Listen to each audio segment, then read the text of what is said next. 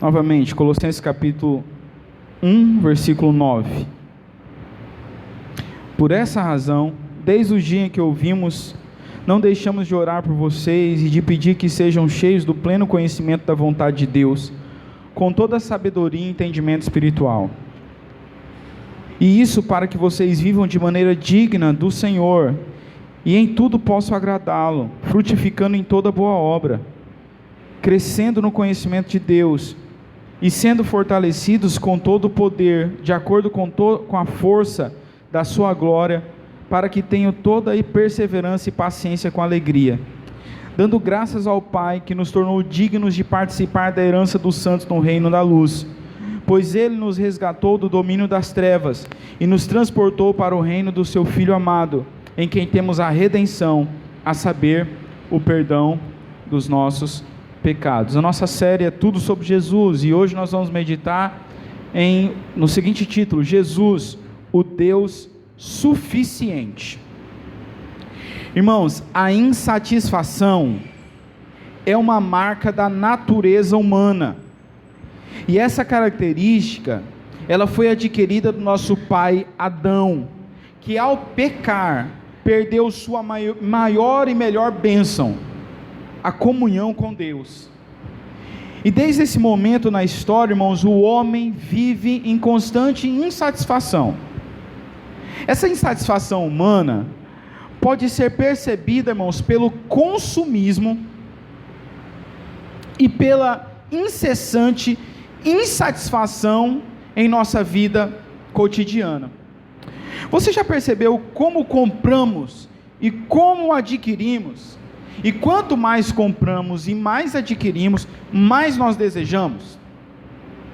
Você já percebeu, irmãos, como somos tão insatisfeitos com o que temos ou como vivemos? Parece que nós somos sanguessugas. A gente sempre quer mais.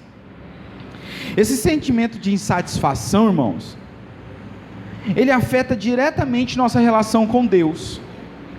O cristianismo puro e simples, como apontou C.S. Lewis, já não nos satisfaz mais. Você lembra, irmãos, quando você foi alcançado pelo Evangelho? Você lembra, irmãos, que pelo simples fato de você saber que Cristo morreu na cruz do Calvário por você, já era algo suficiente, já aquecia o teu coração, já alegrava a tua vida? Mas com o passar do tempo, irmãos, nós nos esquecemos do propósito da morte de Cristo, e nós nos tornamos insatisfeitos com Deus. A partir disso, irmãos, nós escolhemos tratar a Deus de uma maneira diferente. Nós começamos a usar a Deus como um gênio da lâmpada, ou como um dono de um mercantil, que deve nos dar tudo aquilo que nós queremos. E por isso é que nós encontramos pessoas com frequência decretando, determinando, exigindo que Deus faça alguma coisa por elas.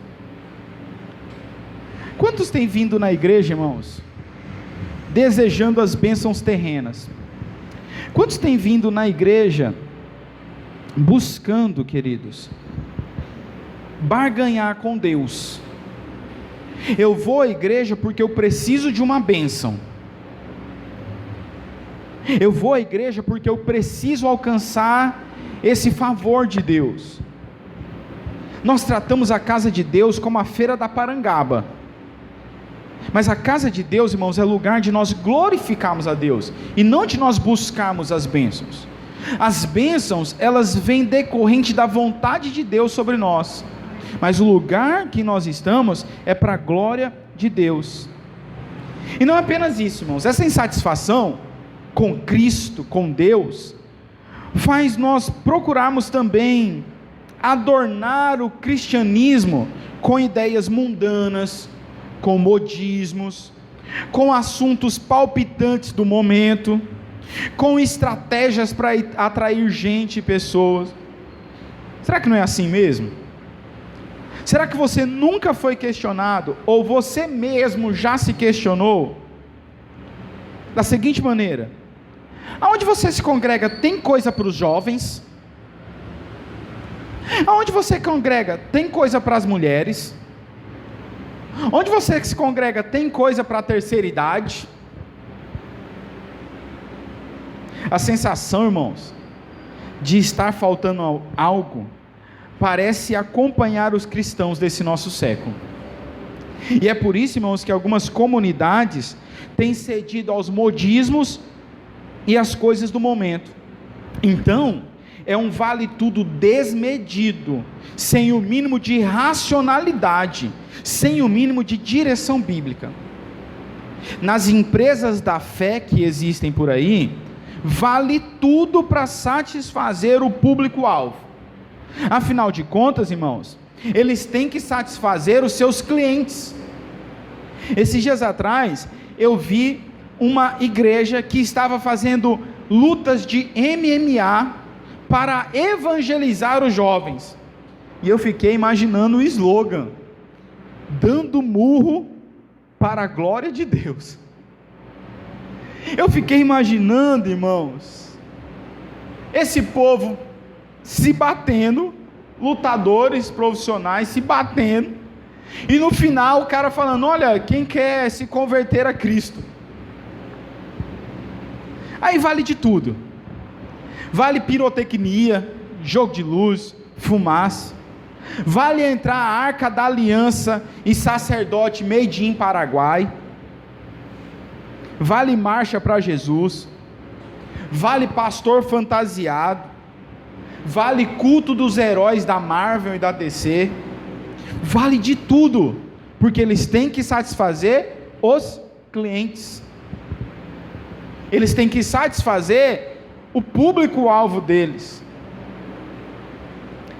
Esses que assim se portam, declaram, irmãos, mesmo sem perceber, que eles não creem no poder do Evangelho, e nem encontram suficiência para as suas vidas em Cristo.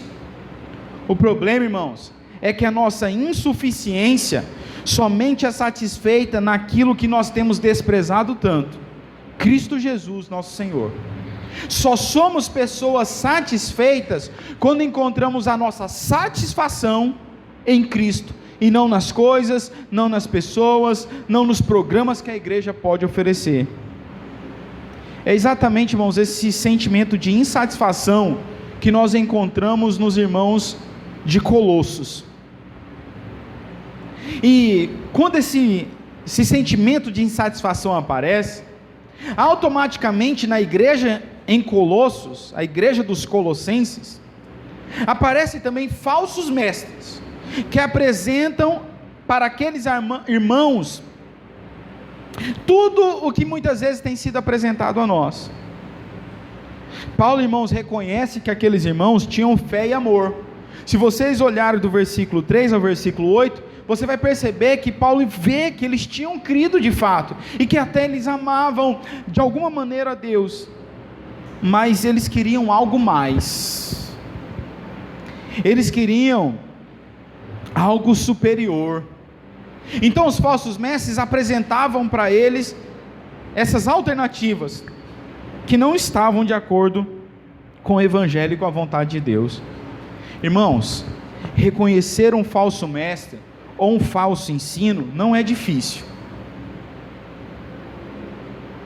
As pessoas são enganadas, irmãos, porque elas não conhecem a palavra de Deus. Elas são enganadas, irmão, pelos esses charlatões, porque elas não conhecem a palavra. Isso, irmãos, não as torna inocentes, isso as torna culpadas também, porque elas deveriam conhecer a palavra, elas deveriam conhecer a Deus. Reconhecer um falso ensino e um falso mestre é muito simples, é muito fácil. Se um mestre, se um pastor te oferecer algo a mais que Cristo, então você tem que considerar ele um falso mestre. Você não precisa, irmãos, de experiências místicas, você precisa de Cristo. Você não precisa de um conjunto de regras, você precisa de Cristo. Tem uma igreja em Fortaleza, onde as obreiras usam umas batas horríveis, irmão. Eu ia para dar aula, na sexta-feira eu encontrava no terminal, umas batonas. se elas precisam de uma regra desse tipo, é sinal, irmãos, que ela não tem a Cristo. Porque uma mulher, irmãos, que tem a Cristo, ela vai viver de modo decente, ela vai se vestir de modo decente. Um homem que tem a Cristo, irmãos, vai falar de modo decente, vai falar como Cristo falou. Você não precisa de um conjunto de regras. Faça isso, não faça isso. Faça isso, não faça isso. Você precisa de Cristo. Porque se Cristo habitar em você, você vai procurar viver como Cristo viveu. Vai viver da maneira que agrade a Ele. Nós não precisamos aqui, irmãos, de pirotecnia. Nós não precisamos aqui, irmãos, de jogo de luz. Nós não precisamos aqui de movimento. Nós precisamos de Cristo. Nós precisamos pregar a Cristo, nós precisamos conhecer a Cristo, e nós precisamos viver como Cristo viveu. Na verdade, irmãos, os falsos mestres apresentavam para aqueles irmãos de Colossos justamente o que nos é oferecido hoje. Somos chamados a experimentar experiências místicas.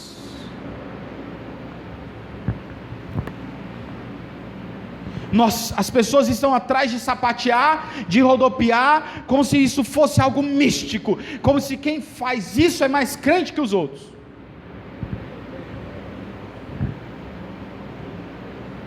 Somos chamados, irmãos, ao materialismo. Me enoja certos cultos e certos pregadores que eu ouço por aí.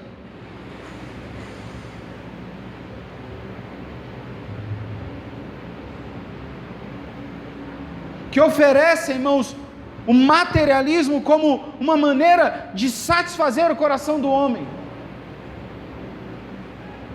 Não basta mais apresentar a Cristo, tem que dizer o seguinte: se você aceitar a Cristo, então você vai ser abençoado.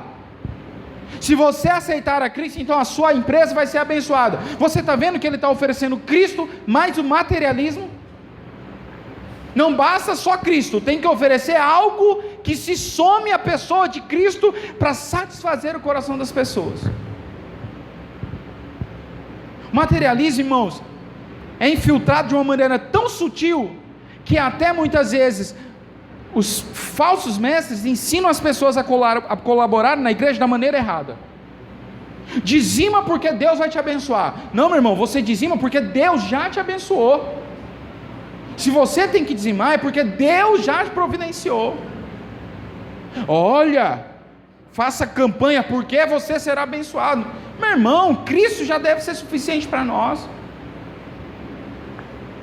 Paulo, sabendo dessas dificuldades dos irmãos de Colossos, não apresenta para eles uma solução além de Cristo. Paulo sabe, irmãos, que a nossa suficiência está em Cristo. Por isso, ele realiza a principal função de um pastor, que é orar. A principal função de um pastor, irmãos, não é visitar. A principal função de pastor, irmão, não é ficar tomando cafezinho. A principal função do pastor é orar. Em segundo, é ensinar. Como afirmou Hernandes Dias Lopes, quando nos ajoelhamos, entendemos a majestade de Deus e a limitação humana. Um santo de joelhos enxerga mais longe que um filósofo na ponta dos pés.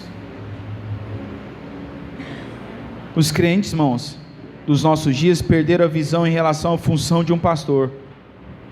Esse problema não é novo, há tempos ele acontece. Mas Paulo não esquece da função dele. A função dele é orar. Então ele ora ao Senhor pedindo que os irmãos de Colossos cheguem ao pleno conhecimento da vontade de Deus. É interessante, irmãos, que Paulo faz um contraste com os falsos mestres.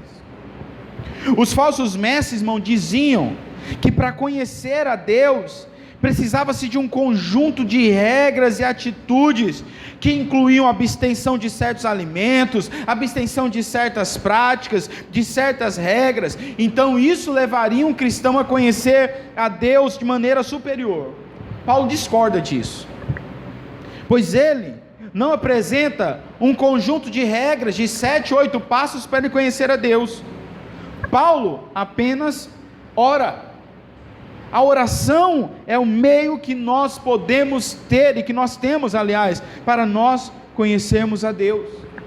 Paulo está declarando, irmãos, que o conhecimento mais profundo de Deus somente pode ser produzido pelo próprio Deus. Assim, irmão, Paulo está dando uma resposta para aqueles que vivem insatisfeitos, mesmo estando em Cristo. E a resposta é a seguinte: o conhecimento de Deus é concebido somente por Deus, e por isso nós devemos orar. Esse conhecimento de Deus vai produzir em nós a satisfação necessária para vivermos, pois nós vamos entender que nossa suficiência não está nas coisas, não está nas pessoas, não está naquilo que nós ganhamos ou deixamos de ganhar. Nossa suficiência está em Cristo. Assim, entendemos também que somente a suficiência em Cristo pode nos fazer pessoas satisfeitas. E quando nós entendemos, irmãos, que Cristo é a nossa suficiência, que Ele é suficiente para nós, então isso, irmãos, vai produzir em nós 3 atitudes. A primeira atitude que isso vai produzir é uma maneira de viver digna. Olha o que diz o versículo 10: e isso para que vocês vivam de maneira digna do Senhor, e em tudo possam agradá-lo, frutificando em toda boa obra, crescendo no conhecimento de Deus. Nós vamos conhecer a Deus por meio da oração. Esse conhecimento de Deus produzirá em nós o entendimento que Cristo é suficiente para as nossas vidas, e essa suficiência em Cristo vai produzir em nós uma maneira de viver digna. O conhecimento, irmãos, nos leva a entender nossa suficiência em Cristo, e isso deve nos levar à prática.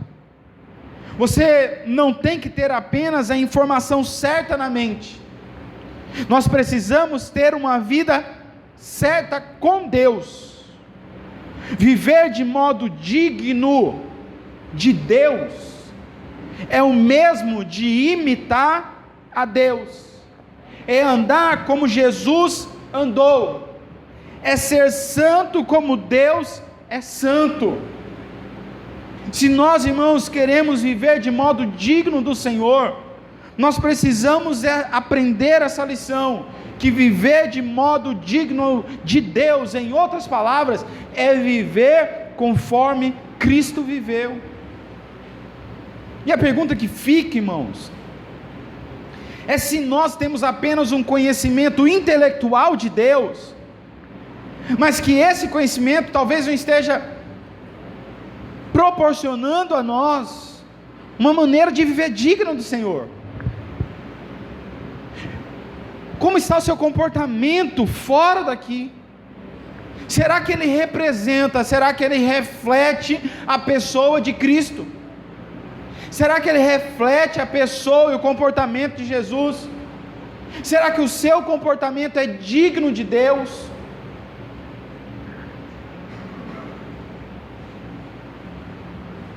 Será que o seu comportamento, irmãos, dignifica a obra de Cristo?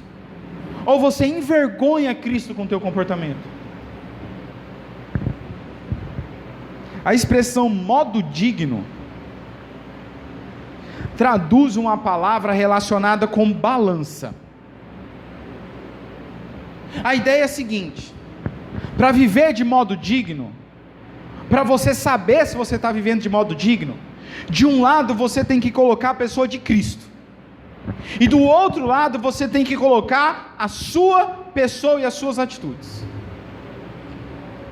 Se a balança ficar igual, você está vivendo de um modo digno. Coloque de um lado, irmãos, os sentimentos de Cristo. Coloque de um outro lado os seus sentimentos. Eles refletem os sentimentos de Cristo? Eles podem ser equiparados ao sentimento de Cristo? Ou seus sentimentos envergonham a pessoa de Cristo?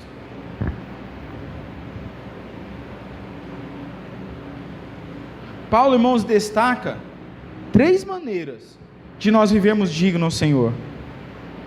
A primeira é agradando a Deus. Versículo 10 diz: e isso para que vocês vivam de maneira digna do Senhor, e em tudo possam agradá-lo. Viver para agradar a Deus, irmãos, em síntese, é o único propósito para o qual nós vivemos. Você quer encontrar satisfação para a tua vida? Viva para agradar a Deus. Deve ser um esforço consciente, irmãos, para agradarmos a Deus em tudo. O fim principal do homem, irmãos, é glorificar a Deus e gozá-lo para sempre.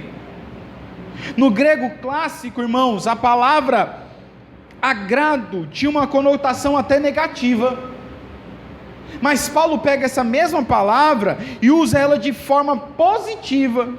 Nós precisamos, irmãos, viver para buscar agradar a Deus e somente a Ele.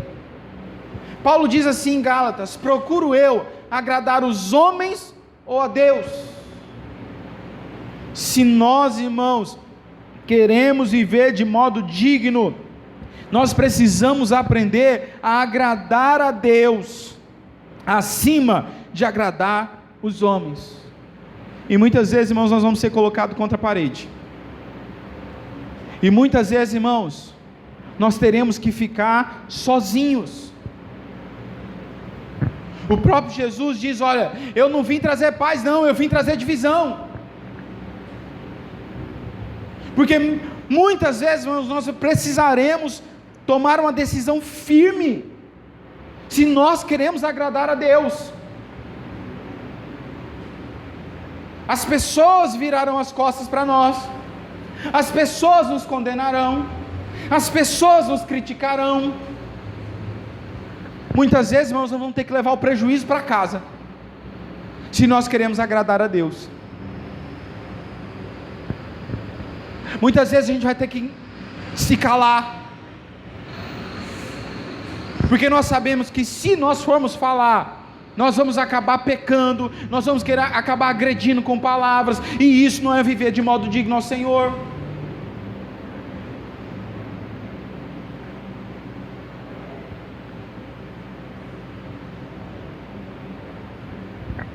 Muitos de nós, irmãos, vive mais para agradar as pessoas do que a Deus.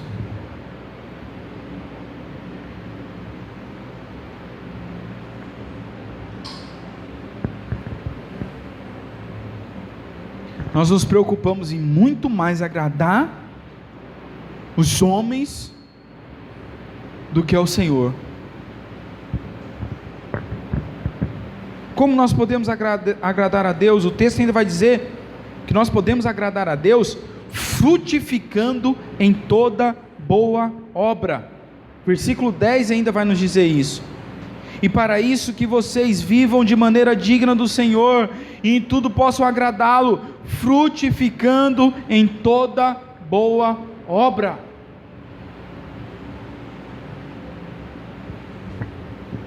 Não basta, irmãos, você dizer que é um cristão, não basta dizer que é evangélico, não basta dizer que é crente, você tem que dar bons frutos. Sua união com Cristo é patenteada, é confirmada com os frutos que você produz. A presença do Espírito Santo em nossas vidas, irmãos, não é patenteada por nós falarmos muito glória a Deus, aleluia, não é patenteada, irmãos, por nós falarmos muito em línguas estranhas, não é patenteada, irmãos, por nós termos muitas experiências místicas. Nós, irmãos, patenteamos a presença do Espírito, nós confirmamos a presença do Espírito em nós, quando nós evidenciamos o fruto do Espírito.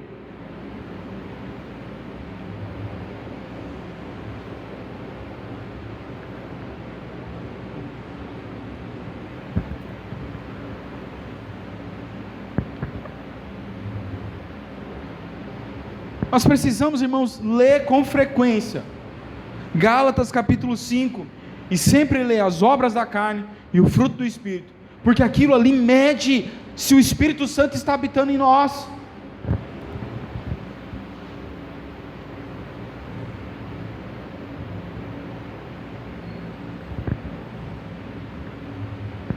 Hoje eu conversava com a Thaís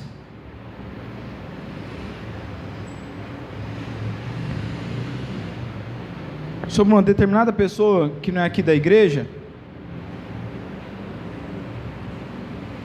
e nós esses dias demos assistência,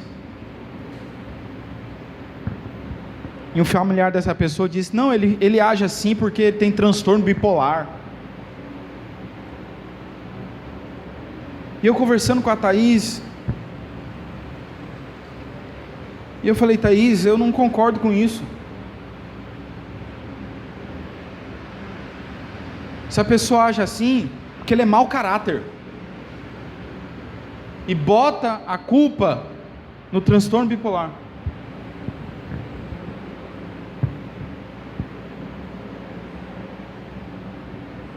Ele é mau caráter.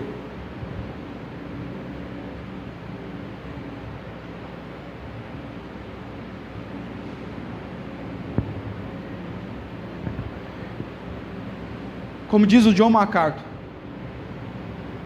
os psicólogos inventam doenças e inventam remédios para essas doenças, doenças que não existem e remédios que não curam. O que esse cidadão precisa não é de clonazepam, não é de cloridato de não sei o que lá, não. O que ele precisa é se converter a Cristo. O que ele precisa é que Cristo invada o coração dele, porque a insuficiência dele não é por causa de um transtorno. Com isso, irmãos, eu não estou dizendo que não existam problemas psicológicos. Nesse caso específico, era falta de Cristo, porque é falta de caráter.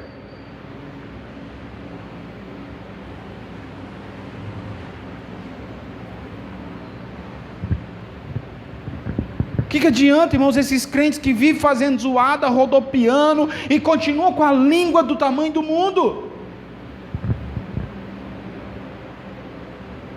O que adianta, irmãos, esses crentes que vivem tendo revelações de Deus e vivem, irmãos, uma vida de pecado? Que vai dizer, irmãos, para nós e para a sociedade, e para aqueles que nos cercam, que somos cristãos, não é, irmãos, a nossa fala, não são as nossas afirmações, o que vai demonstrar são as nossas atitudes.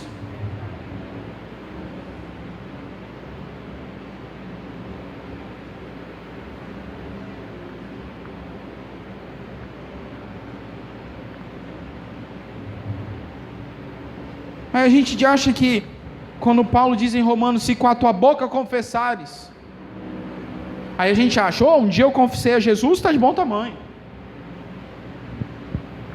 Nossa confissão, irmãos, deve ser diária, de atitudes, em palavras, em emoções, em sentimentos. Essas coisas devem demonstrar Cristo em nós.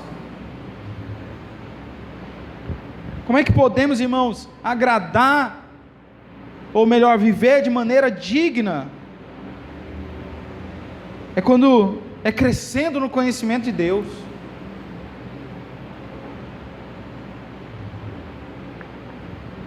Paulo vai dizer no versículo 10, crescendo no conhecimento de Deus.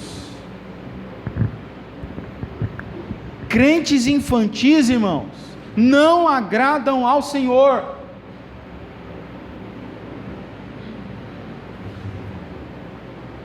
Crentes infantis não agradam a Deus. Nós vivemos a geração, irmãos, de crentes infantis.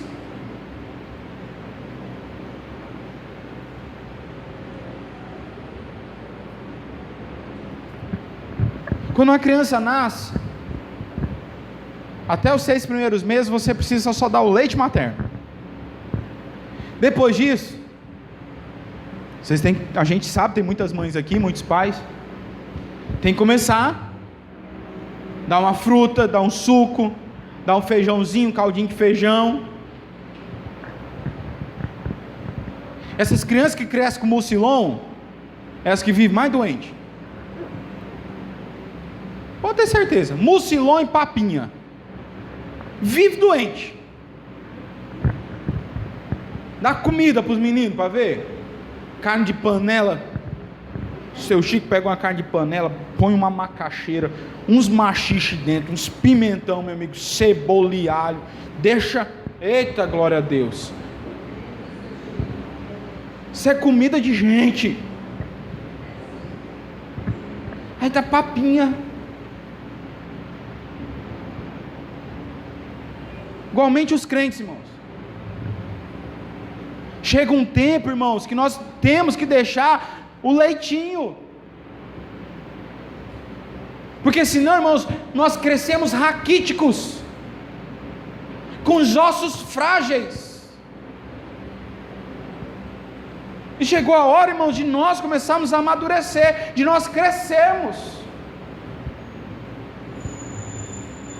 30 anos de crente, não leu a Bíblia toda ainda.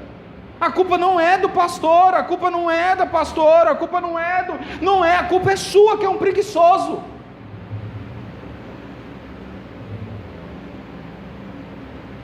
50 anos de crente, não conseguiu desenvolver uma vida de oração, a culpa é sua, você que é um indisciplinado.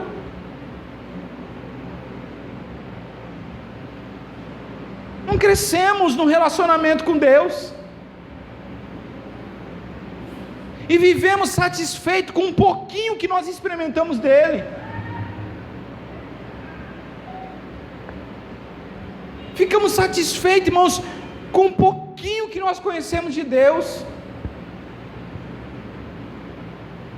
Nosso conhecimento de Deus, irmãos, deve ser dinâmico, progressivo. Nós, irmãos, precisamos analisar a nossa própria vida e perceber se nós não estamos crescendo no conhecimento de Deus. E se nós chegarmos a essa conclusão, irmãos, você pode ter certeza que um abismo te aguarda logo ali na frente.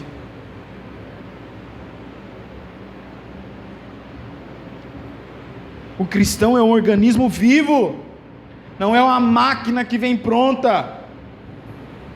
Ele precisa crescer no conhecimento de Deus.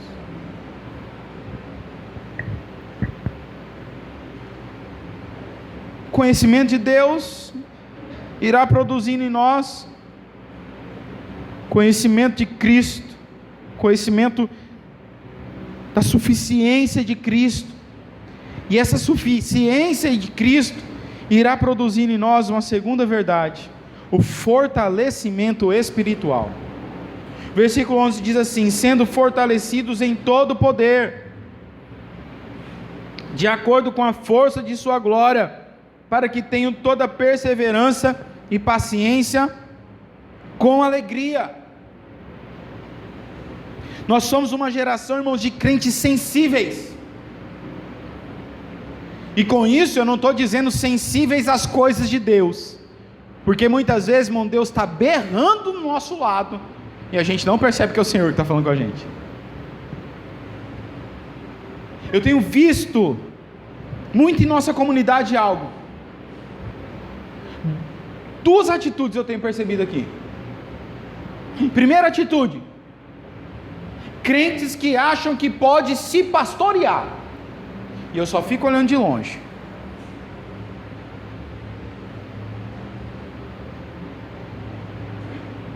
Eu, irmãos, preciso de um pastor.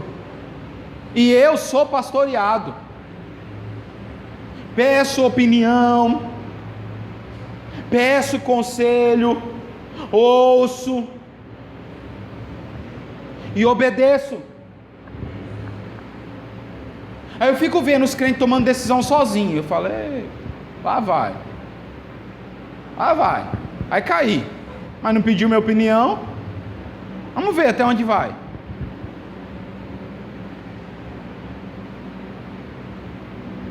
Segunda atitude que eu tenho visto aqui: crentes que não ouvem um conselho. Você aconselha, você fala, teme em fazer diferente. Aí dá vontade de falar assim: vai, abestado. Vai. Eu fico olhando. Não quer se aconselhar comigo? Se aconselha com o pastor Thaís. Não quer se aconselhar com o pastor Thaís? Procura o diácono Ribamar. Não tem o diácono Ribamar? Procura a irmã Cristina. Porque eu sei que o Ribamar, a Cristina vão me contar o que aconteceu. E se eles tiverem aconselhado errado, eu vou falar: olha, Ribamar, vai lá, corrige, que não é assim não. Mas os crentes querem andar por conta própria. Estava conversando com a Thaís e eu falei assim: o meu pastor tinha ideias mirabolantes. Eu falava: rapaz, esse treino não vai dar certo não. Não tem nem perigo de dar certo isso. Mas porque ele tinha falado, eu cria, e eu fazia, e dava certo. Crede nos seus profetas e prosperareis, diz a palavra de Deus. Aí muitas vezes, irmãos, você quer que alguém chegue: eita que eu tenho, eis que te digo. E aí tem obreiros, tem pastor, tem obreiros aqui para te aconselhar. Mas por que a gente não faz, não sapateia, não rodopeia, não faz show? Você acha que não é de Deus?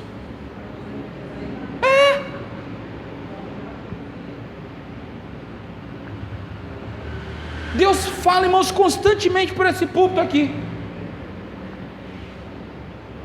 Que um dia você vai ouvir um testemunho de uma pessoa aqui. Ouviu o Ribamar pregando. Deus está falando comigo. Isso aí é para mim. Pegou, seguro. Daqui um dia você vai ver o testemunho. Nós vivemos sendo crente, irmão. Crente pá. Isso aqui serve para o outro. E se aquela pessoa tivesse vindo hoje aqui, eita, essa mensagem era todinha para ela. Não, a mensagem é para você que está aqui. Aí Deus fala por meio da pregação, orienta. Aí você está com a cabeça no mundo da lua. Aí Deus não fala comigo, tu não ouve, não presta atenção, se faz de doido. Nós não somos mais sensíveis, irmãos, ao que Deus está falando. Eu estou falando de sensibilidade aqui no sentido de melindroso. Nós somos crente melindroso. Ó, geração de crente melindrosa. Eu vou abandonar a Deus.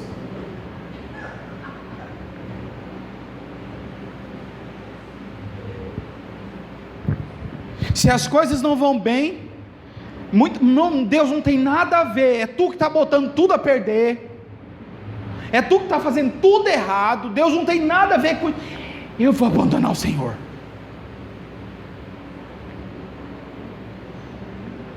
Como se isso fosse um prejuízo para Deus. Como se Deus estivesse em guerra, Cristina, com o diabo.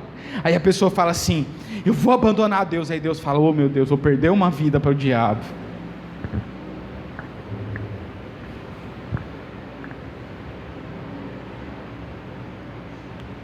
Somos os crentes, esse tempo atrás eu preguei e falei isso. Somos os crentes de síndrome de mimimi, ou síndrome de Noemi. Em Ruth 1:20 diz assim: não me chame Noemi, chame-me Mara, ô mulher escandalosa, pois o Todo-Poderoso tornou a minha vida muito amarga. Mas Deus tinha deixado Noemi para ajudar ela. Deus podia ter levado Noemi também, mas Deus falou: não, vou deixar Noemi para dar uma ajudinha.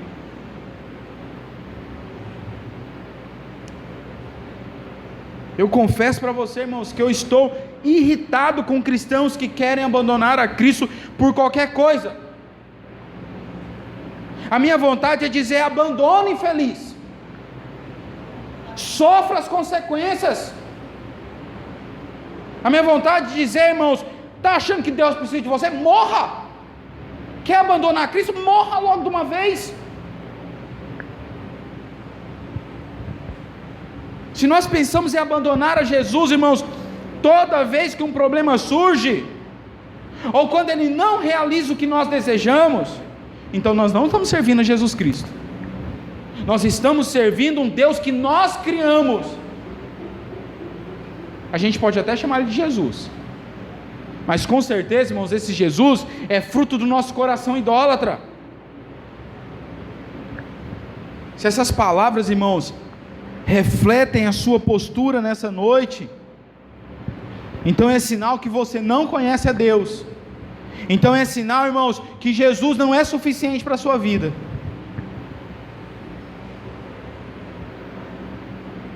Paulo diz, irmãos, que ele ora para que os crentes sejam fortalecidos.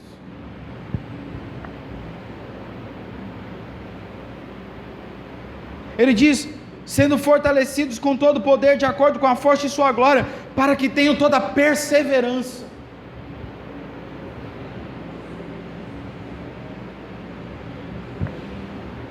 Em outras palavras, resistência. Resistência ao sofrimento, constância na fé, mesmo frente à perseguição e oposição. Paulo orava, irmãos, para que aqueles irmãos fossem capazes de enfrentar todos os seus adversários e todas as forças opositoras, mantendo sua fé cristã sem titubear.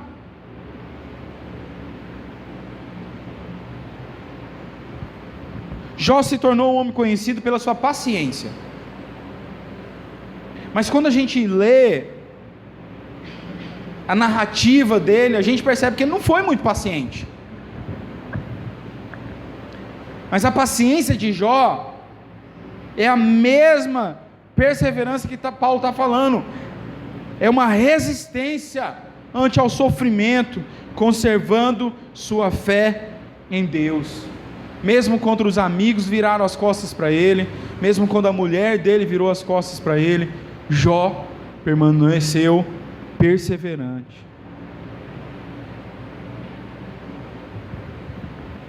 Se nós estivermos unidos com Cristo, irmãos, não significa que as tempestades não virão. Para de acreditar nessa mentira que ensinaram para vocês. Crente passa por luta, crente passa por dificuldade, e vai ser assim, irmãos, até os últimos dias. Eu te digo mais, vai piorar.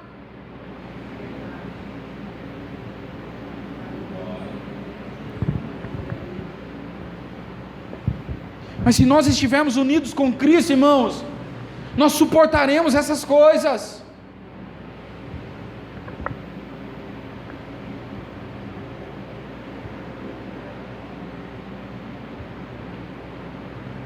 Paulo diz: sendo fortalecidos com todo o poder, de acordo com a força de sua glória, para que tenham toda a perseverança e paciência com alegria.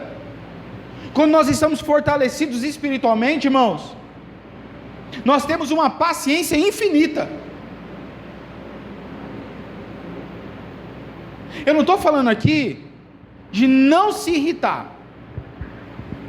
O próprio Jesus diz assim: irai-vos, mas não pequeis. O problema em si não é se irar. O problema é irar e se pecar, e pecar. Paciência que Paulo trata aqui expressa a ideia de não retaliar quando nós somos atacados. É o mesmo sentimento que Deus tem pelos eleitos. Quando nós pecamos contra Deus, Deus não se vinga de nós.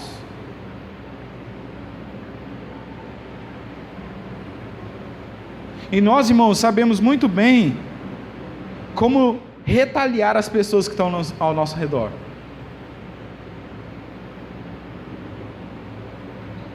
Um cristão, irmãos, deve ter esse sentimento, visto que ele é fortalecido pelo conhecimento de Deus e pela suficiência em Cristo. Só existe, irmãos, uma maneira de nós suportarmos o opróbrio, a perseguição, as calúnias, as lutas que nós enfrentamos. Só há uma maneira, irmãos, quando nós entendermos que Cristo nos basta, que Cristo é suficiente. Um detalhe que vale ser ressaltado é que a perseguição que Paulo está tratando aqui, ela não é ocasionada pelo mau testemunho. Tem crente, irmãos, que é perseguido na rua porque ele tem um mau testemunho. Perseguição que Paulo fala aqui é perseguição pelo bom testemunho, por ter Cristo em nós.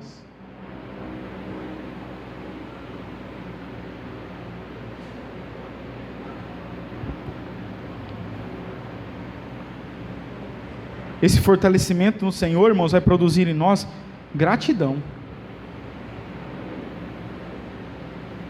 Paulo diz, dando graças ao Pai, no versículo 12.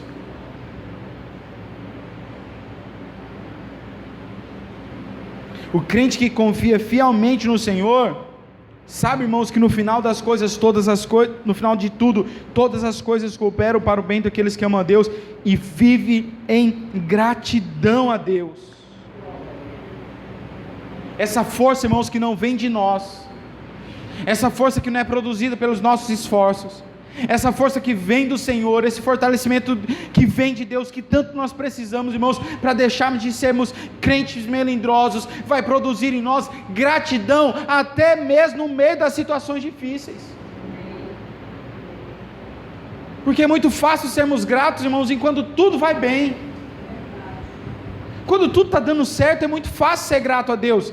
E eu, irmãos, suspeito que nós não somos gratos a Deus quando tudo vai bem. Eu suspeito que nós somos muito ingratos.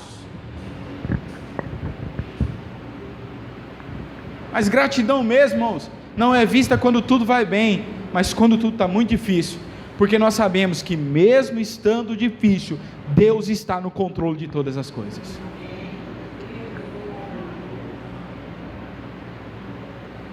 Conhecimento de Deus, irmãos, vai produzir em nós a suficiência em Cristo, vai produzir em nós o entendimento que Cristo é suficiente, que nós não precisamos de nada mais do que Cristo.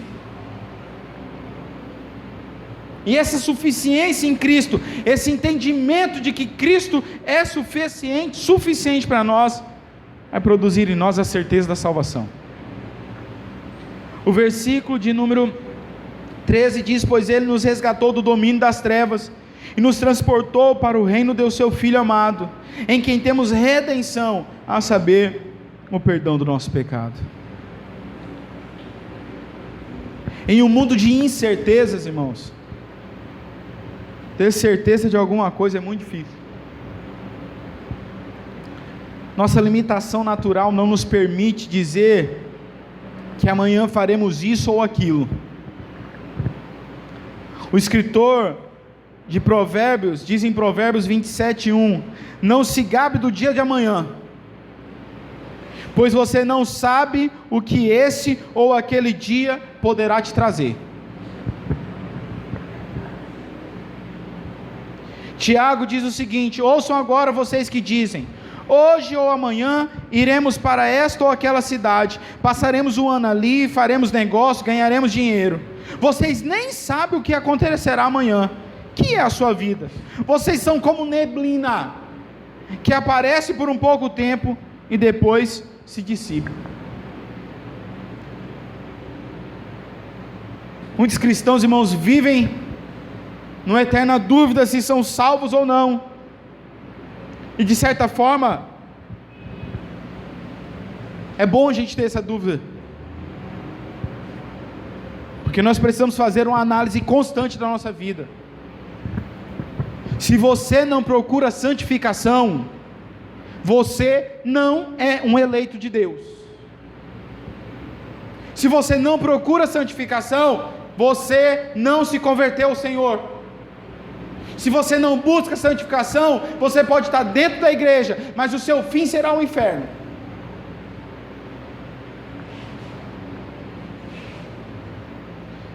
Mas também nós não podemos, irmãos, ignorar as artimanhas ardilosas de Satanás contra as nossas vidas. Porque Satanás é especialista em gerar dúvida no nosso coração. Ele é especialista em gerar confusão na nossa mente. Então muitas vezes, por mais que nós busquemos ao Senhor, a dúvida permanece em nosso coração: será que de fato somos salvos? Mas quando nós conhecemos a Deus, irmãos, e conhecemos que Cristo é suficiente para as nossas vidas, nós entendemos, irmãos, que Cristo nos resgatou do domínio das trevas e já nos levou para o reino do seu Filho. Nós entendemos, irmãos, que nós já fomos redimidos, que nós já recebemos o perdão dos nossos pecados. Nós, irmãos, entendemos que Cristo já fez a obra sobre as nossas vidas, então nós podemos ter certeza da nossa salvação.